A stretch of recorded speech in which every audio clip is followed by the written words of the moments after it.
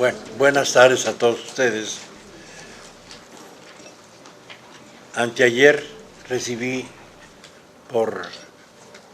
en la computadora el programa de este congreso y quedé tremendamente impresionado, impactado. ¡Qué barbaridad! ¿Cuántos participantes y qué temas tan absolutamente fascinantes! Así que nuestra asociación Tratados del Amor responde muy bien, me consta. Quiero disculparme porque en el programa apareció otro título. El responsable de ese error soy yo. Nadie más metió la pata, la metí yo y me dieron permiso de sacarla. El título fue sobre el amor y esas otras barbaridades de la época. Bueno, si quieren ustedes pensar que lo que puse ahí era un gancho para que vinieran, bueno, pues lo logré. Y algún día me van a permitir que lo cumpla. Un poco la razón se divide en dos partes. Una, que los organizadores me llamaban, ¿qué pasa con tu trabajo del título? Y para francamente sacudirme de la persecución di ese título. Pero la noche anterior me desvelé por ver dos absolutas porquerías en televisión, de esas que le roban a uno el sueño y no le dan nada para dormir. Dos mujeres en una muy mala actuación lesbiana, realmente de poca inspiración, ¿no? Y además con muy poca, etcétera, etcétera, porque ya que habían ensayado las distintas succiones, etcétera, invitan al marido a las 5 de la tarde, cuando llega cansado del trabajo, lo sienta en un sillón y él dice, bueno, que empiece la función, y empieza la función. Muy aburrido. La segunda parte, inmediatamente que termina esa película, empieza otra, una sobre gays. Y bueno, como hombre prefiero ver a dos mujeres desnudas que esos gays, ¿verdad? Pero ni modo. Fue bastante aburrido el asunto. Y todas en la primera parte y la segunda llamaban a lo que hacían el amor. Y yo, bueno, si esto representa en esta época el concepto amor, qué barbaridad. Y vengo a venderles así, a venderles mi definición de lo que considero amor. La voy a repetir 3 veces, espero que entiendan ustedes por qué la justificación. Van a oír muchas definiciones y ahí va la narcisistamente mía. Amor es la capacidad y la inclinación de proteger al objeto amado de la propia destructividad. Eso es amor. ¿Quién inspiró esa definición? Como siempre, 2 madres. Una parturienta sentada al borde de la cama, estaba esperando que se le rompiera la bolsa, se rompió, y la temblorina con la que recibió esa rotura fue tremenda. Y la temblorina de sus piernas confesaba la lucha que estaba haciendo entre quitarse la molestia, el dolor, y proteger al hijo que va a nacer de un estrangulamiento. Eso es amor. La segunda es un recién nacido, tiene su primer baño y la madre lo lleva a la bañera, le enseñaron a meter el codo en el agua para templar la temperatura, y cuando lo saca, lo recoge con una toalla enorme que se le amarra al cuello y más allá de las rodillas, porque quiere protegerlo para que no se vaya a caer. El que no se vaya a caer asume la posibilidad de que se puede caer. Y el que se puede caer y no se vaya a caer, tiene que ver algo con lo que yo he estado trabajando casi toda mi vida, la teoría de la preconceptología. La ambivalencia preconceptiva, la lucha entre la dicha procreativa y el pánico procreativo en mayor o menor grado. Y si se ponen ustedes a pensar, ninguno de nosotros está libre de esa ambivalencia, Pues déjame decirles que el premio que recibí al estudiar un poquito a Freud, y no todo lo que yo quisiera, encontré que en una parte Freud decía: acepto que hay agresión, existe y la entiendo, pero no entiendo esto de la ambivalencia. Y entonces mi narcisismo dijo: bueno, querido viejo, ahora yo te voy a decir lo que es ambivalencia. Y tengo un trabajito por ahí que cité y está a su disposición, que se llama Ambivalencia preconceptiva y la realidad externa. Todos somos hijos de la ambivalencia. El concepto de ambivalencia no ha prosperado todo lo que debiera prosperar en nuestra teoría, y una de las razones personales que existen es que a Freud se le recomendó para ser portador del premio Nobel, muy merecido. Cuando llegó su nominación al comité, Einstein levantó la nominación y dijo: bueno, el señor, ¿cómo se atreve a hablar de ciencia? Yo le daría un premio en literatura, pero que va, en ciencia es un atrevimiento, ¿no? Y así salió la cosa, y Freud no ganó mientras estuvo Einstein allí la nominación.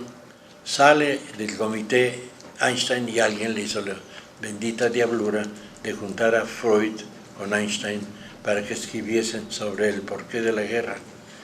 Y cuando hicieron esa colaboración, Einstein se dio cuenta de la magnitud de este hombre, ¿verdad? Pero no tuvo los pantalones de reconocer su error y escribirle al comité Nobel y decir: cometí un error, propongo que vuelvan a considerar. Esas partes de la ambivalencia tan humanas que muchas veces denuncian pequeñeces están allí para nuestro conocimiento. Como resultado, Freud, siendo humano, según entiendo, dijo: bueno, me dieron en la torre, también voy a decir algo. Usaré la ley del silencio. No voy a propiciar mucho la idea de la relatividad, en la que se puede montar la ambivalencia, ¿verdad? Y yo sé, y yo naturalmente que estoy mucho más del lado de Freud que de las chicanerías de Einstein, aunque tocaba el violín muy bien, me dicen, pero no voy a dejar de mencionar su importante aportación que nos enriquece a todos nosotros al saber que el concepto de la relatividad es absolutamente necesario. En ocasiones me ha sido muy útil. Yo iba a Inglaterra con cierta regularidad y no había regularmente las entradas necesarias para el viaje. Entonces el British Council tiene una sección cultural donde uno puede solicitar un pequeño subsidio. En esta ocasión solicité y me dijo el corredor: lo siento mucho, no hay un centavo para psiquiatría ni psicoanálisis, solamente las ciencias exactas. ¿Qué me dice? Pues nada, lo siento mucho. ¿Cómo? Me dice el corredor. ¿No se va usted a defender? Yo encantado de defenderme. Pues defiéndase. Bueno, pues. Entonces le dije: mire, en primer lugar, que le digan a esas mismas gentes que ninguna de estas son ciencias exactas, son ciencias de aproximación. La nuestra no se aproxima tan bien como la de ellos, pero siguen siendo de aproximación, en primer lugar. En segundo lugar, ustedes patrocinan la investigación en esas ciencias, pero no se fijan en las clases de opilotes y animales y la rivalidad terrible de rata que hay muchas veces en los equipos de investigación. Se degüellan por no compartir un reactivo en el laboratorio, y esas rivalidades también es importante que ustedes las conozcan y deberían patrocinar gentes que trabajamos en estas áreas. ¿Qué me dice? Le dije: bueno, pues, ¿qué más puedo decirle? Oiga, ¿se ofendería usted? Porque lo mínimo que daban antes eran 1000 libras. ¿Se ofendería usted si le diéramos 500? Le dije: ninguna ofensa, muchas gracias. Me defendí, ¿no? Bueno, puedo afirmarles a ustedes, que el auténtico psicoanálisis clínico nace con el Amor de Transferencia. Y yo decidí estudiar de nuevo este maravilloso artículo en honor al tema del Congreso y en honor realmente a lo que es amor. El mismo Freud consideraba Amor de Transferencia como su mejor tratado sobre técnica. Y es cierto que era el mejor. Pero fíjense ustedes que aún lo mejor todavía requiere de un poco de madurez. Y Freud escribió este trabajo magnífico en 1915, en su mera adolescencia teórica. Y le faltaba algo muy importante. Se dio una calentada con la idea. Se espantó tanto con la misma, la ocultó, la guardó y la festejó, que viviendo ese impacto hipnótico de su descubrimiento, no podía ver, como el resto no vimos en muchos años, qué había debajo de todo esto. Y debajo del amor de transferencia, tan bello y tan elogiable, etc., se escondía otra cosa que le tomó 5 años a Freud para advertirse los muy embelesados jóvenes, embelesados con la idea del amor de transferencia. Finalmente pudo decirles que debajo del amor de transferencia estaba la parte destructiva y agresiva. Yo me tomé la libertad, unos años después, naturalmente, en un trabajo que me invitaron, de modificar el título del trabajo, llamarle Amor y Odio de Transferencia. Y entonces, más o menos, la ambivalencia de la situación se ve refleja allí. Pero no es suficiente para el embelesado joven, que se siente tremendamente halagado por las seducciones de las que es objeto, y algunos, como decía Santiago Ramírez, cuando tenía un accidente, decía, es un accidente de trabajo. Como que a los analistas también no nos dan a veces andamios muy seguros y resbalamos, pero menos y menos y menos, y ya verán. Créanme ustedes que hoy en día la advertencia de la parte destructiva de la torrente del amor de transferencia todavía sirve como advertencia, mucho más ahora para ajenos que para propios. Pero un 100% tampoco se salvan los propios. Especialmente de los ajenos, aquellos que consideran que el psicoanálisis es un jueguito muy sencillo. La parafernalia del escenario psicoanalítico son 2 sillas, un couch, un analista calvito, se puede, pelo, barbas, una muy desafiante y amargada solterona, o una grosera, como no sé si ustedes recuerdan, una doctora Ruth, no Ruth la nuestra que está altota, es una chaparrita que tenía unos programas de televisión y le decía al mundo que deberían, en vez de comer chicken soup y otras cosas, sino hacer el amor. Y salían dando consejos. Bueno, para esa gente el juego de psicoanálisis era muy sencillo, y por eso tenemos, Félix Velasco hace varios años nos dio una estadística de cuántos grupos paraanalíticos tenemos en la Ciudad de México, y hace, no, tú me corriges Félix, 6 años o 8, teníamos 37 grupos que se llamaban psicoanalistas, y no había quien les dijera que no eran. La venganza es que no les dijimos tampoco del amor de transferencia y la parte destructiva, esa sí se la tuvieron que pagar solitos, ¿verdad? Algunos problemas que deben haber surgido. Cuando oye uno sobre distintos casos propios y ajenos del amor de transferencia y lo que pasa después, se antoja a esta altura de 100 años de psicoanálisis diseñar una gráfica entre de los distintos grados de peligro y de peligrosidad que van de gentes muy enfermas y llegan al análisis por una sola causa. No importa cuál es la excusa del tratamiento, no es consciente de la razón profunda, pero llegan buscando una cosa humana y muy sencilla. tremendamente sencilla, tremendamente humana, tremendamente trascendente e importante. Quieren saber, por debajo de todo esto, si son o no son deseados, si son o no son deseables. Quieren saber por qué no pueden hacer una buena relación de pareja, o con trabajo, o con gentes, etcétera, ¿verdad?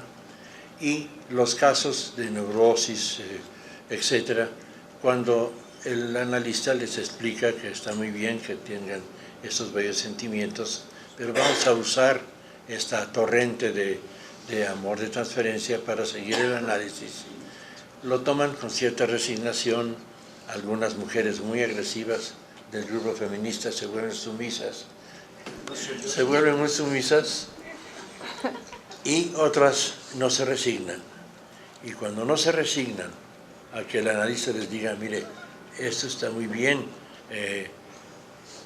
créame que recibo el halago y que estoy muy preparado para sacarle provecho a lo que usted siente. Pero tiene que entender que esto ha surgido como parte del proceso del análisis. El análisis, por su regularidad, por su objeto constante, fomenta ciertos tipos de regresiones que no son necesarias para hacer reconstrucciones. En ese momento el analista se queda hablando solo, nadie lo escucha. Claro, porque quien está en esa fase simplemente no acepta.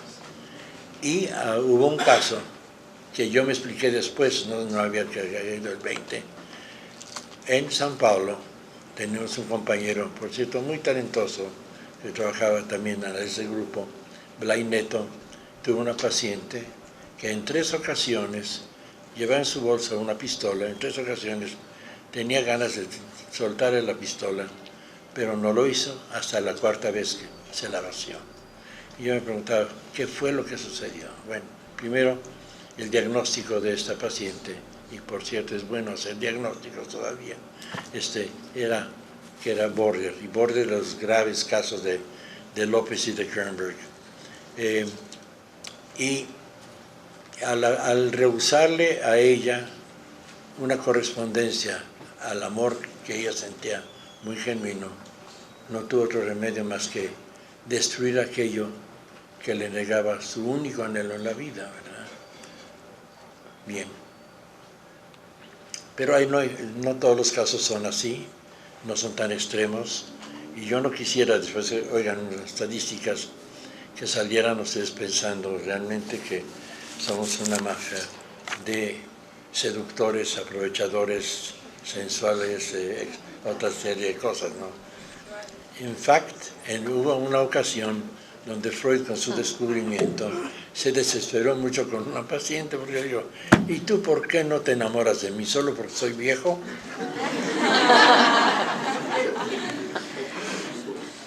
Algunos colegas psiquiatras realmente se sienten muy desesperados. Oye, ¿qué pasa con mis pacientes? Ninguna se enamora. ¿Qué les digo? ¿Cómo le hacemos? Tienes que dejarlo cocinar un poquito más. Hará unos... Y este modelo de la pareja, del enamoramiento, se va alterando, claro, con el tiempo. Hará menos de 10 años que la American Psychoanalytic Association permitió la incursión, le hace invasión al la Sagrada Biblia, el DC4 romano. Allí estaba el concepto perversión. Llegaron las huestes democráticas, lo borraron y en su lugar pusieron a style of living, un estilo de vida. Y esto le dio pábulo a muchas gentes y descubrieron que Haití, por ejemplo, ofrecía delicias homosexuales a muy bajo precio. Zarparon muchos vehículos, se fueron allá y cuando regresaron descubrieron que la cosa no era así, era style of dying porque el número de infectados de SIDA era terrible. Imagínense la responsabilidad de cambiar una etiqueta diagnóstica. Sin embargo, tenemos colegas que han sido admitidos en la American Psychoanalytic, hombres y mujeres, y te voy a recordar el nombre de este doctor, Canestri, piensa que la psicodinamia del amor de transferencia debe de cambiar cuando se trata de un paciente confesadamente homosexual. Pero en verdad yo estoy atento a comunicaciones más abiertas de los colegas y que nos digan más o menos cómo manejan el asunto y cuáles han sido los accidentes de trabajo.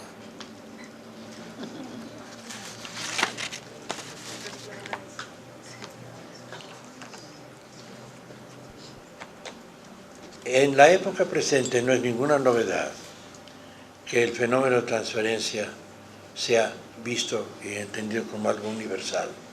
Ya no es monopolio de nadie. Si los dentistas dicen, a mí también me pasa como dentista, no es cierto, va a decir un abogado, a mí como abogado me ha pasado varios casos así. Llega el internista y dice lo mismo, etcétera, etcétera.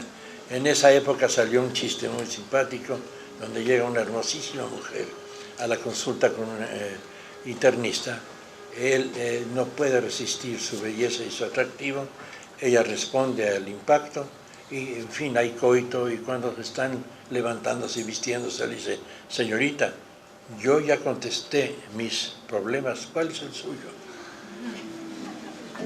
Pero era una caricatura hostil a la profesión.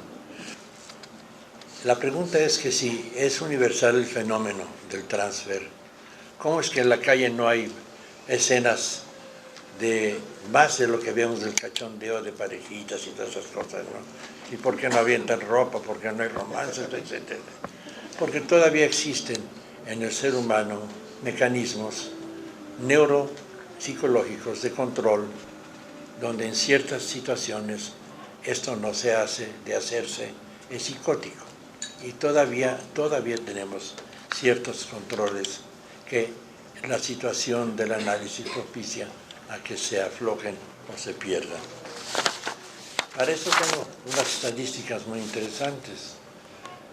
Hará unos años, se me antoja decir 30 porque no lo chequé con exactitud, la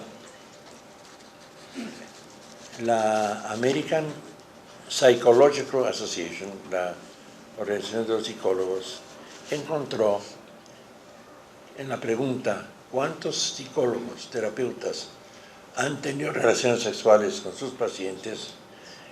Y el índice, a ver, traten de adivinar. ¿Cuánto? 80. ¡Coyona! ¿Por qué los psicólogos? Después hablo con Freud, cuando escribió su trabajo de Amor y Transferencia, dijo, estoy escribiendo para los médicos, no para la clientela. Un 70%. Los psiquiatras un 30%. Y los psicoanalistas, decían la estadística, a negligible few. Es decir, pero pasó el tiempo, la American Psychological Association se entera y toma cartas del asunto y decide afrontarlo como se debe afrontar cualquier problema. Empiezan a preparar y educar y a discutirlo abiertamente y el número se redujo considerablemente. Lo que redujo también el número es que afloraron los malpractice suits y una persona que en un día le confiesa su ardiente amor a su terapeuta, al día siguiente está en la corte diciendo usted me sedujo. Entonces eso mete muchísimo pánico y la mayoría de los colegas entramos en best behavior. Pero también el hecho de que se pusiera énfasis en la parte destructiva de la torrente de amor y transferencia ayuda muchísimo a entender. Ustedes deben de leer, si no lo han hecho, un trabajo de Oscar Wilde sobre Salomé. Yo me lo sé muy bien porque Salomé trata de seducir a San Juan y le dice qué bellos negros caireles tienes. y no cede San Juan. Entonces, bueno, no, mandó que le cortaran la cabeza. Simbólicamente se pierde la cabeza ante ese tipo de seducciones. Y se puede detectar en un momento dado un amor genuino del amor destructor. Algunos expertos hablan que el amor de transferencia en el paciente neurótico es genuino. Lo que no es genuino es la respuesta contratransferencial. Yo no sé si sea tan genuino o no, porque insisto en mi definición. Si fuera genuino, no habría temor, no habría la consideración de dañar a la persona disque amada. La deseamos, la amamos y la vamos a proteger para que no sufra daños. Esto es amor. No todos esos romances llegan a esa definición. Les recomiendo a ustedes el libro de Fonagy y Pearson sobre amor de transferencia. Es un volumen muy serio, muy bien escrito y desde varios ángulos.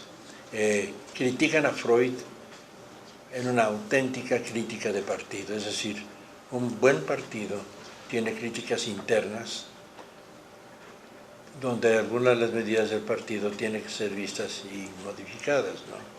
No es para denunciar, sino para mejorar. Vale la pena que lo lean, que lo estudien. Voy corriendo. Schaeffer es el que ha dicho esto de que Freud es un paternalista. Lo que pasa es que Freud trabajaba entre dos fuegos muy tremendos. Uno, el fuego de la transferencia erótica, que no sabía siempre cómo torearla o apagarla. Y el otro, el temor a la maledicencia, a la distorsión de lo que pasaba en el transfer y que sería terriblemente dañino para el psicoanálisis. Y había un escándalo, uno que resaltó sin que yo piense que no hubo otros, pero era escandaloso porque las dos gentes fueron prominentes. La relación que tuvo Jung con Sabina Spielring. Sí. Y había más, naturalmente que había más. Una de las puntadas de Jung fue que cuando le encararon, dijo, bueno, acepto todo esto, pero ya no le cobro. Y eso me recuerda a otra cosa en la región extranjera, terrible lugar para vivir. Un coronel desaparecía de 3 a 5 de la tarde. Se levantó muchas sospechas, pusieron el servicio de espionaje, lo siguieron por todas partes y finalmente lo cacharon teniendo relaciones con un avestruz. Se le hace entonces un consejo de guerra, lo encaran y le dicen, ¿es cierto esto que dicen de usted? Y dice, sí, Su Excelencia, lo acepto, but I'm willing to marry the lady. Bueno, ya ha habido ese tipo de confrontaciones, ¿no? Voy a enfatizar que hay dos cosas que impelen al ser humano, pero con muchísima fuerza. Una pregunta, del cual una obra musical ha hecho su tema, Fiddler on the Roof, porque empieza a decir, ¿tú me amas? Y esa pregunta se plantea en análisis también, ¿soy merecedor de ser querido, amado, etcétera, etcétera, ¿no? Y la otra es que el máximo dolor, no hay dolor humano más grande que el sentirse no deseado. Es terrible. Eso llega a un punto tan extremo que la vida ya no importa. Por ejemplo, miren ustedes, un niño bien deseado se desea a sí mismo, desea su vida, y va a desear la vida de los demás, que en cierto modo lo conforta y lo protege. Un niño no deseado no desea su vida y mucho menos la vida ajena. Ahí está el grupo de los terroristas, de los kamikazes, de los suicidas, de los que tienen placer en destruir. Esas cosas, hay terroristas de menor categoría en los transfers analíticos y alguno que otro kamikaze. ¿Por qué duran tanto los análisis, a pesar de todo esto? Porque, en verdad, la torrente del transfer amoroso tiene un propósito económico de ocultar y proteger. Generalmente, cuando son personas muy enfermas, saben seducir, pero con gran arte, y sacuden las partes más vulnerables de cualquier ser humano, ¿no? Calculan que tiene que azotar, pronto o tarde, pero azotan. Hay algunos que no, según cuál pierde la cabeza, otros la manejan mucho mejor. Pero la seducción es muy importante. Y cuando no son gentes tan enfermas, y yo diría que la vasta mayoría que viene al análisis, que encuentra la puerta, que viene 2 o 3, número 4 sesiones, son gentes con grandes padecimientos, pero no tan enferma. No todos son borders. Y por cierto, a los pacientes border he dicho, y creo que algunos lo han tomado así, que psicoanalistas sí, psicoanálisis no, en el dilema del tratamiento del border. No puede ser un border tratado por el mismo método psicoanalítico. Se desorganiza y nos desorganiza. Pero aquellos que sí se pueden ver analíticamente, que pueden aguantar el caucho, etc., son los que más vienen, más se tratan y yo diría que más se benefician. ¿Qué es lo que da el análisis? En primer lugar, una de las cosas más importantes, que al sujeto muy narcisista le descubre otro mundo. ¿Y saben ustedes lo que le descubre el psicoanálisis a un narcisista? La existencia del prójimo. Esto es un descubrimiento tremendo. Existe otra persona, no es tú. Y si sigues así, no te van a descubrir a ti. Tenía yo un médico muy prominente, en un terrible estado de angustia, no podía dejar de trabajar porque tenía realmente deudas muy fuertes. Traía su lunch al análisis. Se sentaba y sacaba su cajita muy limpia y todo, pelaba sus plátanos, se comía sus... Nunca, por cierto, pensó en decir gusta, en un hombre de buenos modales, nada. Yo no sé qué yo diría si me lo ofrece. Pero en fin, esta era su conducta y no le arredraba.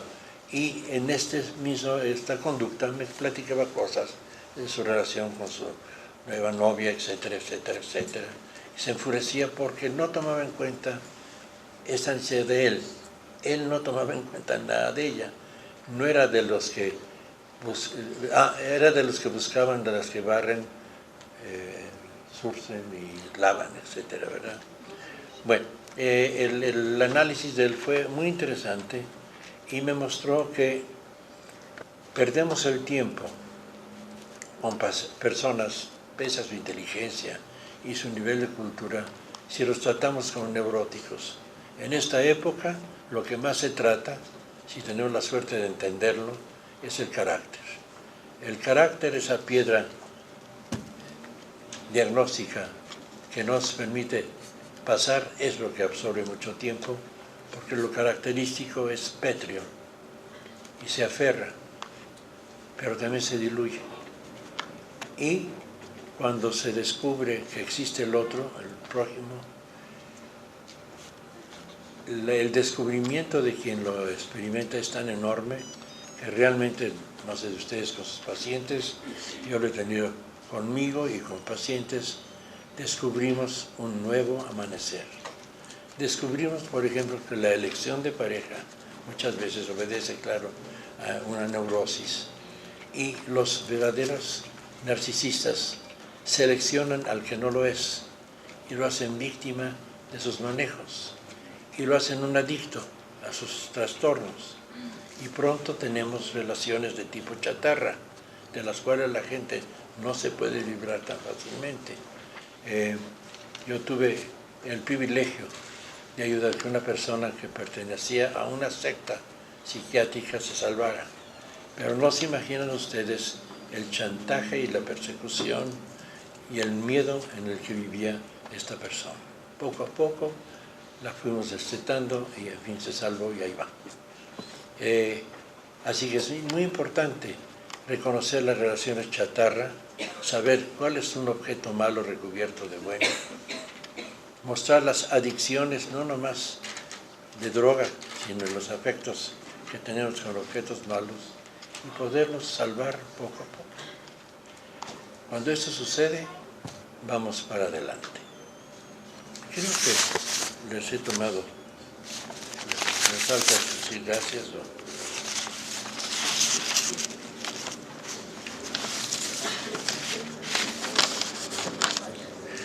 Bueno, sí,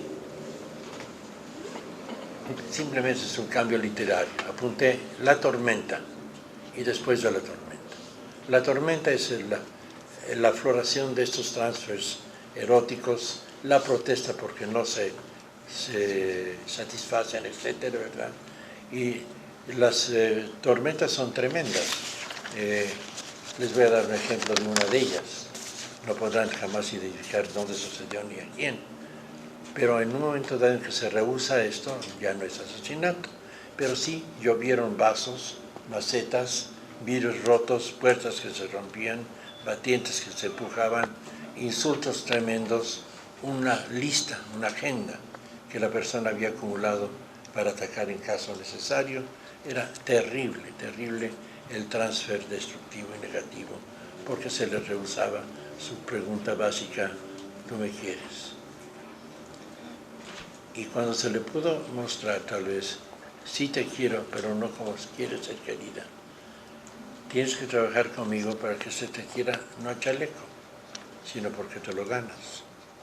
Es una mejor forma de recibir cariño. Digamos, y después de la tormenta es eso, el reconocimiento de la existencia del prójimo y la convivencia pacífica. Ya sé. Muchas gracias.